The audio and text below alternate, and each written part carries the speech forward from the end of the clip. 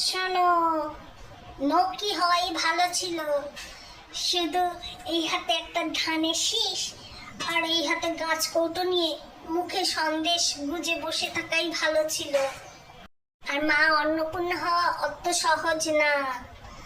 প্রথমেই লাগবে একটা এরম বড় কড়াই, এটাকে আমরা কড়া বলি। তারপরে তো হাঁড়ি, বাসন কোসন রাজ্যের।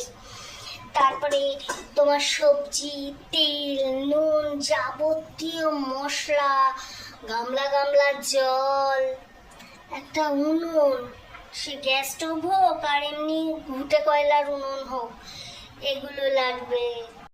বুঝতে পারছো, অন্নপূর্ণা হওয়া অত সহজ না। এগুলোকে সব জোগাড় করো, করে তারপরে পেট পুড়ে রান্না করে, ভালো করে রান্না করো, পেট পুড়ে খাওয়াও।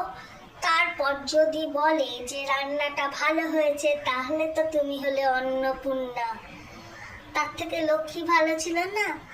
হাতে ধানের ছড়া আর এই হাতে গাছ কৌটো, মুখে সন্দেশ ঠুসে বসে থাকতো।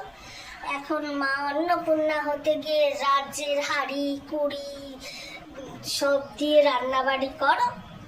তারপরে দেখো অন্নপূর্ণা হতে পারো নাকি। সবই কপাল।